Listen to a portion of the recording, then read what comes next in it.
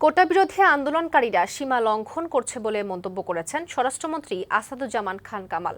রাস্তা অবরোধ করে জনগণের দুর্ভোগ সৃষ্টি হলে পুলিশ বসে থাকবে না বলেও জানিয়েছেন তিনি। বৃহস্পতিবার সচিবালয়ে স্বরাষ্ট্র মন্ত্রণালয়ের সম্মেলন কক্ষে সাংবাদিকদের এসব বলেন স্বরাষ্ট্রমন্ত্রী।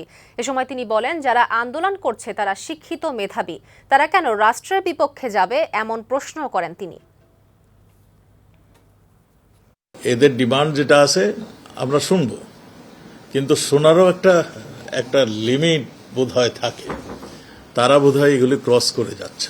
তাদের যদি কিছু বলার থাকে কোর্টে এসে তাদের সাবমিশন, তাদের যা বলে সেটা সাবমিশন করেন। সমস্ত কিছু পর্যবেক্ষণ করে তারা ফিরে যাবে। পুলিশের অ্যাকশনটা কখন আসে? যখন অপারগ হয়ে যায়, অনৈতিকভাবে কোনো সিচুয়েশন তৈরি হয়, সেইগুলি করতে হলে পুলিশ বসে থাকবে না।